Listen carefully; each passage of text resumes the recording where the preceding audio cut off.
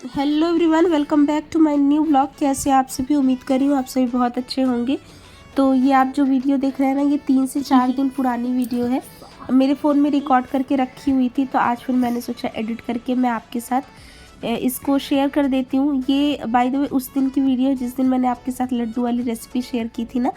उस दिन सुबह से ही मैं व्लॉग बना रही थी, लेकिन दोपहर में जब मैंने लड्डू वाली रेसिपी रिकॉर्ड करी तो वो ऑलरेडी बहुत लंबी सी थी, इसलिए मैंने ये व्लॉग उसमें इंक्लूड नहीं किया था। तो सुबह सुबह का ये टाइम है और मैं कर रही हूँ तैयारी खाना बनाने की। और मुझे लग रहा है कि ये मंगलवार का दिन था, क्योंकि मंगलवार के दिन सुबह सुबह आरोगी के पापा चले गए थे ऑफिस। वही मूंगफली मखाने जो भी वो ले जाते हैं वो ले जा करके, और आरू ऑलरेडी स्कूल जा चुका था।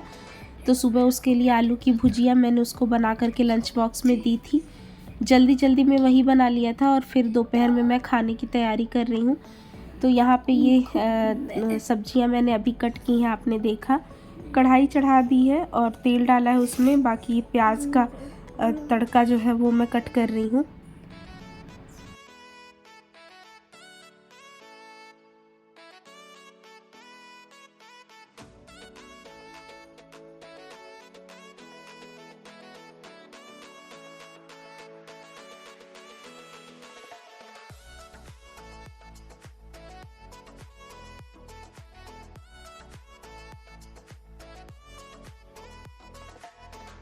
और प्याज मिर्ची लहसुन यही सब मैं काटूंगी।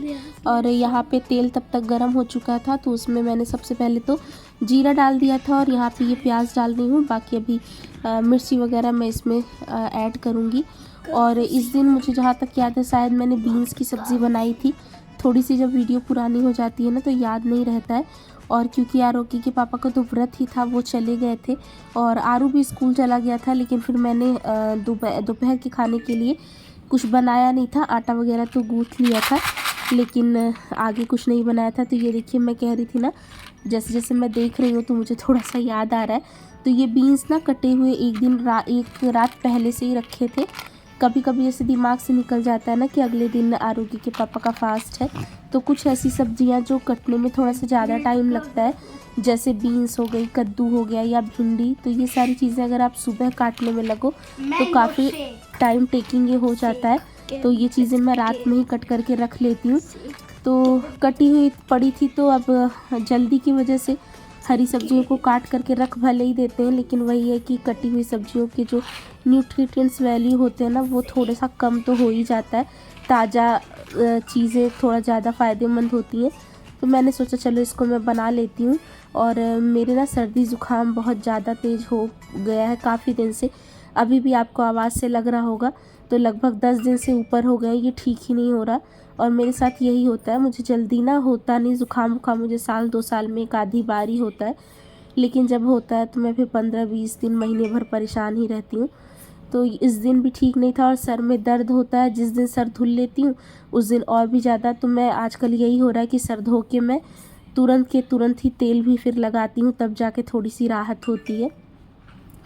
तो कोई नहीं, यहाँ पे देखिए बीन्स को फ्राई करके रख दिया है मैंने। थोड़ा सा वो फ्राई हो जाएंगे। और यहाँ पे ये इस तरह के जो कंटेनर्स मैं लेकर के आई थी, ये बेसिकली वही सब्जियाँ कट करके रखने के काम आती हैं।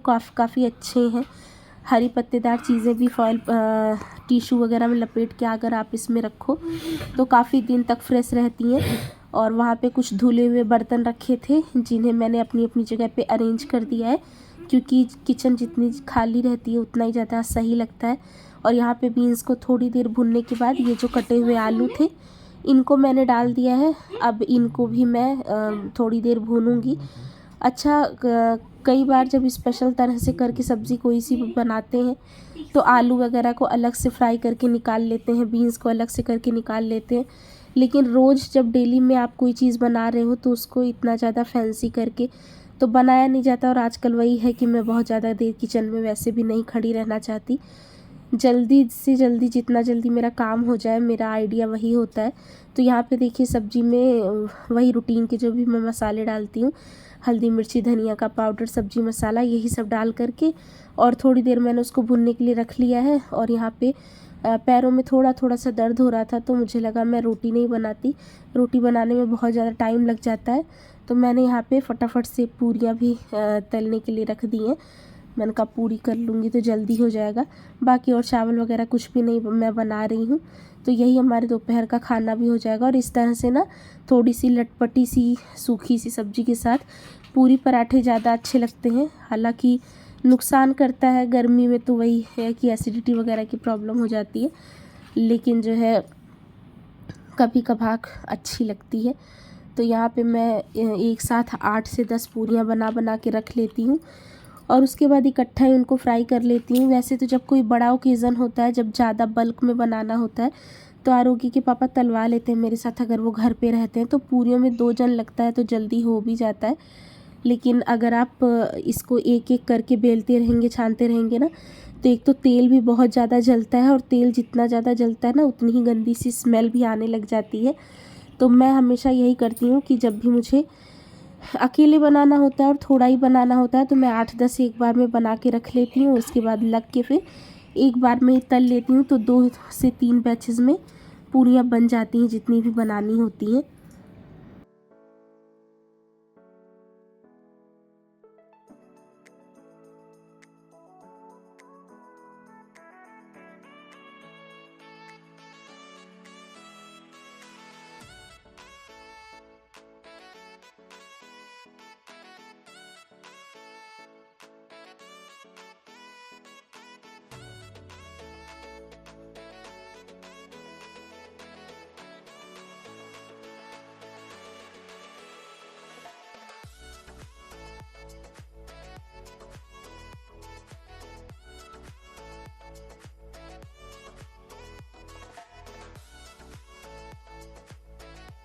यहाँ पे देखिए हाई फ्लेम करके मैंने फटाफट से पूरियाँ तलना शुरू कर दिया है।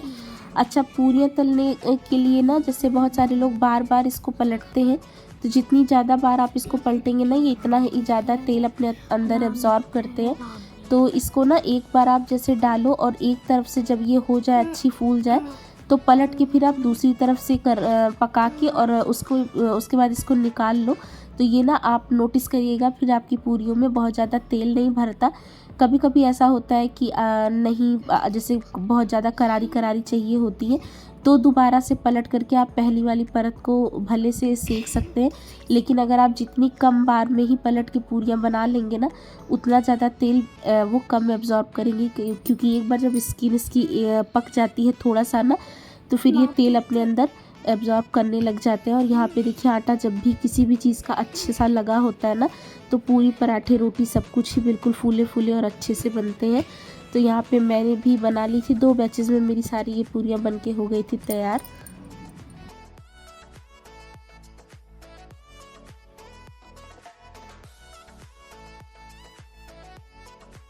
और यहाँ पे देखिए तब तक सब्ज़ी मेरी डन हो गई थी, मतलब 80 से 85% तक पक गई थी।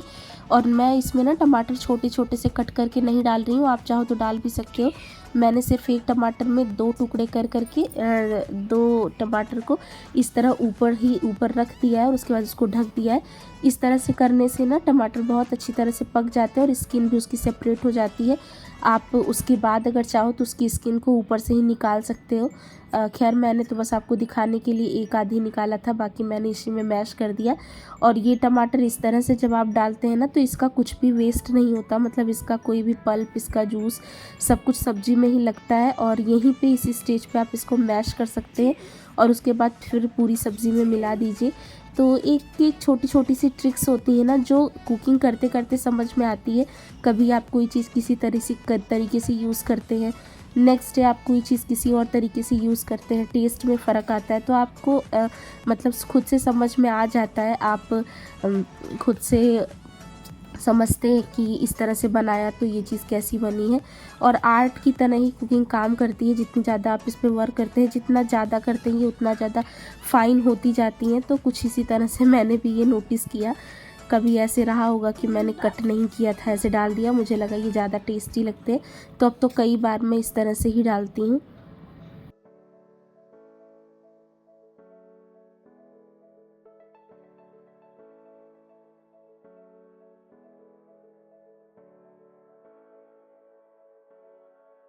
उसके बाद देखिए मैंने वो सब रिकॉर्ड किया, खाना वगैरह बन गया था। फिर मैं जो है किचन में साफ़ करके, बर्तन मैंने वॉश नहीं किए थे, किचन साफ़ करके फिर मैंने झाड़ू लगाया और पोछा पता नहीं लगाया नहीं लगाया, मुझे याद नहीं। आजकल पोछा भी मैं 2-2 3-3 दिन पे ही लगाती हूँ, क्योंकि बहुत ज़्यादा ऐसे तो गंदा होता नहीं है, और अगर होता भी है तो अवॉइड ही कर रही हूँ, क्योंकि बहुत ज़्यादा काम मुझसे हो नहीं रहा है। उतना ही कर पाती हूँ जितना ज़रूरी होता है, और कहने को है कि ज़रूरी ही काम कर रही हूँ, ज़रूरी घर के सारे ही काम हैं। अब वही ज़रूरी नहीं है जैसे पहले रहता था, तो कि हर एक दिन मैं एक टास्क लेकर के चलती थी कि किसी एक पर्टिकुलर चीज़ की सफाई मुझे हर दिन करनी है। तो अभी ऐसा कुछ नहीं है, बस खाना वही बना लिया, खा लिया, और इसी सब में बहुत ज़्यादा थक भी जाती हूँ। और इवन बर्तन भी इस समय धोने में प्रॉब्लम इसलिए हो रही है क्योंकि पेट ये पूरा आगे की तरफ आकर के अड़ जाता है और दर्द भी होने लग जाता है। लेकिन ये है कि अपना धीरे धीरे किसी तरह मैं काम निपटाती ही रहती हूँ।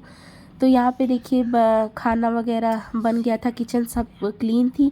फिर पूजा वूजा किया, नहाया धोया, और उसके बाद आके मुझे लगा लगे हाथ ये बर्तन भी वॉश कर लेते हैं। फिर धीरे धीरे आरू के स्कूल के आने का टाइम हो जाएगा, तो फिर वो आ जाता है एक बार, तो उसके साथ लगना होता है, उसको खाना वगैरह देना। थोड़ी देर बच्चा है तो उसको भी टाइम चाहिए होता है, वो अकेले ही रहता है, तो उसके साथ थोड़ा बहुत बातें करती हूँ, खेलती हूँ।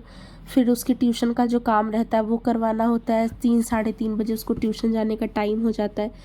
तो यहाँ पे बाकी सारे बर्तन तो मैंने वॉश कर दिए थे, ये कढ़ाई रह गई थी जिसमें सब्ज़ी थी, तो इसको भी मैंने खाली कर दिया है, ये भी अभी धो दूँगी। और नहा करके आई हूँ तो चाय बनाऊँगी। तो आजकल जैसा कि बता रही हूँ कि ज़ुकाम ज़्यादा हो रहा है, तो दूध वाली चाय बस उसी समय बनती है जिस समय आरोगी के पापा ज्वाइन करते हैं। और जब भी मैं अकेले अपने लिए चाय बना रही हूँ ना, तो मैं ये मसाले वाली ही चाय बना रही हूँ, मतलब तुलसी वगैरह वाली, जो कि मुझे ये बिल्कुल भी अच्छी नहीं लगती। ये पीने से अच्छा मुझे लगता है चाय ही मत पियो, ठीक है। लेकिन ऐसा है कि ये फ़ायदा तो करती है, मतलब कुछ देर के लिए आपका गला नाक वगैरह तो थोड़ा सा खुल ही जाता है, तो फ़ायदेमंद चीज़ टेस्ट में अच्छी तो वैसे लगती नहीं है। लेकिन मैं आजकल दिन में कई बार ये काढ़ा बना बना के पी रही हूँ। तो यहाँ पे देखिए पानी ले लिया है, थोड़ी सी चाय पत्ती डाली है। ये काढ़े वाली चाय में चाय पत्ती बिल्कुल नाम मात्र की पड़ती है, नहीं तो इसमें बहुत गंदा सा कड़वापन आता है। और अगर चीनी थोड़ा सा एक्स्ट्रा ना डालो तो इसमें इतने खड़े मसाले रहते हैं कि फिर पिया नहीं जाता। तो थोड़ी सी मैंने चीनी भी ज़्यादा करके डाल दी है।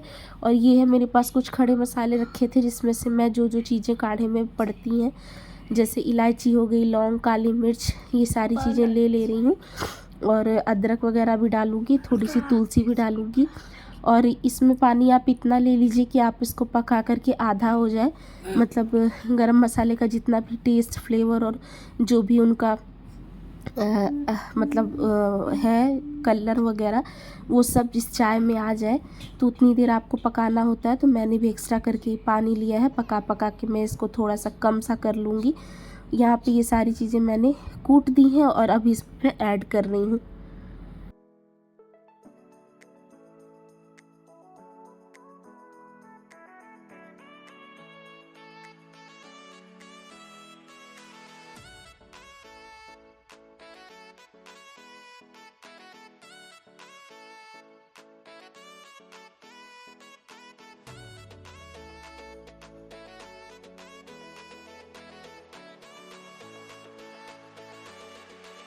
और देखिए चाय में डाल दी थी तुलसी, और उसके बाद ये जो कढ़ाई मैंने खाली करके रखी थी अभी अभी, तो ये भी मेरे आँखों में खटक ही रही थी, तो मैंने कहा लगे हाथ इसको भी साफ़ कर देती हूँ। और अब इतना काम करने के बाद ना फिर थोड़ा रेस्ट रहता है, मतलब अब कोई मेजर काम ऐसा नहीं होता, बस वही बच्चे के साथ जो होता है वही होता है। उसके बाद फिर वही बड़ा काम शाम को ही शुरू होता है, मतलब खाने पीने का।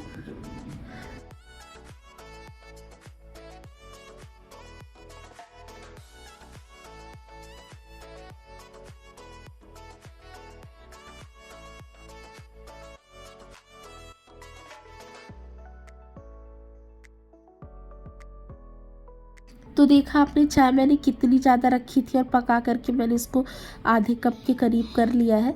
तो इस तरह से पकाना है, और साथ के साथ जो भी गिरता रहे उसको झाड़ते पोंछते रहना चाहिए। और बस इत्मीनान से बैठ के अब मैं चाय पीऊँगी, थोड़ा रेस्ट करूँगी, और उसके बाद फिर आरोग्य आ जाएगा।